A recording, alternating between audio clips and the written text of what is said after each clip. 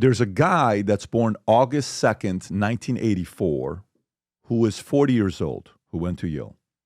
There's another guy that's born August 9th, 1985, who is 39 years old, who also went to Yale, okay? One guy's name is JD Vance. The other guy's name is Vivek, okay? Heard of him too. So I like that guy. both of them are Leos, okay? Two Leos. Now, here's the question I got for you, Vivek, because you know, we're at a phase right now with kids and classmates that I go to school, and as a parent, I'm sizing up other kids. And I know when Dylan will tell me that kid is real, or this kid is real, or Tico will tell me, you're like, that person takes their school seriously, sports seriously, all this stuff. When you guys were there, did you say, that guy's a stud, he's going to do something, this guy's a stud, or was it just kind of like, nah, we're just going to college, no one's thinking long-term what's going to happen?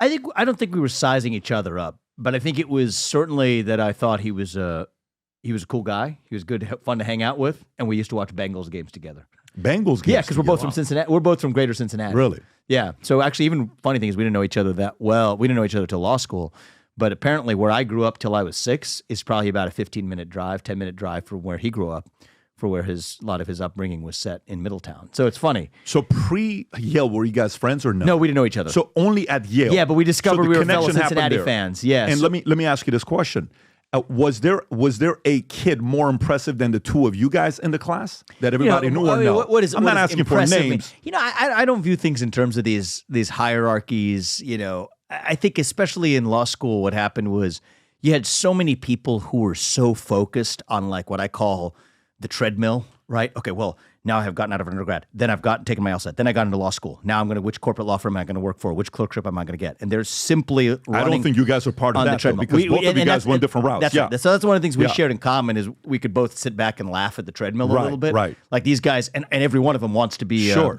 U.S. president or a candidate or whatever. That's probably like the dream of every Yale Law student. And what's the path to get there? And I think probably the thing that JD and I both shared in common was we could both kind of sit back and kind of laugh at that.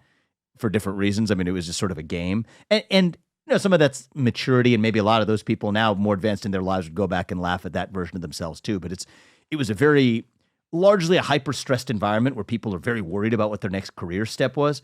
I knew I was just doing it for fun. I was interested in the subject matter, and I knew I was going to go back into business. In fact, I had a job at a hedge fund full-time while I was at Yale Law School.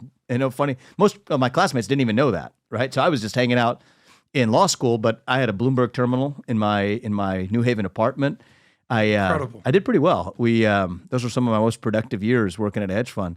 I probably made about $15 million while I was in law school, just as a side job. But wait, nice little side job right there. Yeah. You at Yale Law School made $15 million part-time. Over those 3 years, yeah. Did other kids know you were making that kind of money? No idea. Yeah, they had no idea. It was almost like and I like that. When have you ever shared this story? I like having different spheres of my life. I don't know if I might have mentioned it amongst friends in the past. A lot of them probably don't know it now, even, right? And I think that was great because I found the world of Wall Street to be often very stuffy, right? You're getting just the finance crowds. I was sitting on a trading floor. I liked having my own separate space, but I also found Yale Law School to be really stuffy in a different way. Hey, I made $2,000 a month part-time while I went to college. Yeah, it's good. There's this guy named Vivek made $15 million in 3 years while he's going to college part-time. And it was it was fun. It was exercising a different style in my brain. And then I met my wife. She was in med school. We would hang out, watch NBA games.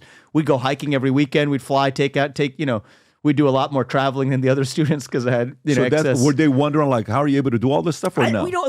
Everything wasn't visible to everybody, okay, I got right? you. I think the people who were closest to me probably had some sense of but I'm not. I didn't. You know, we live in the same. Not social media. We live in the Back same then apartments. It's not really social media. Yeah, and also, I wasn't even on social media until probably 2020.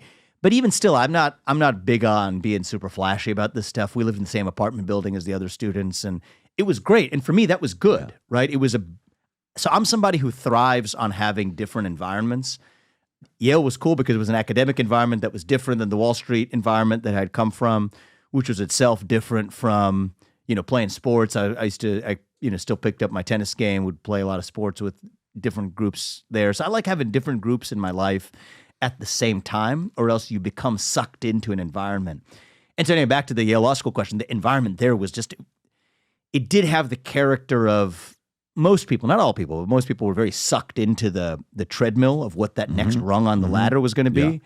And my bet was you're probably going to get further anyway by not climbing the ladder that's set in front of you, but just following what your own purpose is. Even though you made $15 million, who's counting, while in law school, please tell me at the very least, if you're hanging out with JD Vance, you were having some good tailgate parties, rooting for the Bengals. We were rooting for the Bengals. There was Carson Palmer days, or it was AJ actually, Green. yeah. What's going on there? You're eating the Fritos with this is not the cheese. AJ Green face. No, This is 02. This is Carson Palmer. No. This is 2012, 2013. This is Carson. Okay. I would say probably Carson okay. Palmer Got is it. probably what we're talking about. You're not doing the Icky Shuffle at this point. That wasn't But it. funny thing is, Icky Woods lived not that far away from where I grew up too. His daughter would go to the same elementary school that I went to as well, and so the Icky Shuffle was legendary back in the day. People probably don't know what that is, but it's the dance that you do. Listen, By the way, Icky Woods got a shout out. You know what's podcast. the most annoying thing is the fact that Bengals are 1-11 the last 4 years to start the season, and he 2-11 because he just got his first victory. By the way, the last 5 seasons, the first 2 games, Burrow is 1-9. Drives me insane because he is so freaking good. It takes some time to get the blood flowing. Joe is my son's favorite player. Joe sent Dylan a game-worn, I don't know what it was, a jersey signed with a note, specific letter to. Oh, he did? Oh, nice. We met Joe at a UFC match, and he came up. We had a great conversation together. And then we exchanged messages, and he sent that over to him. Listen, I'm rooting for the guy. They just got their first one. You guys got your first I know, win but it's starting. Sunday, It's the same as 1-3. last season. And the Chiefs, man, it's like 1 point loss to the Chiefs. 4-0. Devastating. Yeah, that was game tough. 2. Some of you guys asked us about the only wallet that I wear. This is the wallet that I wear. This is the Valuetainment wallet that I wear. ID, cards, cash, easy to use. It's not heavy. It's not thick. It's not, and it's 100% leather. It is the only wallet you will see in my pocket. It's not a Fendi. It's not a Ferragamo. It's not a Louis Vuitton. It's none of that stuff. It's a Valuetainment wallet with the logo on the side. They're back, and here's what we're doing today, which I'm excited about. If you order one of the wallets, which Rob, let's put the link for the wallet. If you order one of the wallets that we have have them in brown, we have them in black. We're going to give you the card holder and the keychain of Valuetainment sent your way. Price $99. The link will be below for you guys to get. And you can add other Future Looks Bright gear anyways, because the event we're hosting here soon that we'll announce, to attend it, you will have to wear Future Likes Bright gear. So if you like this clip and you want to watch another one, click right here. And if you want to watch the entire podcast, click right here.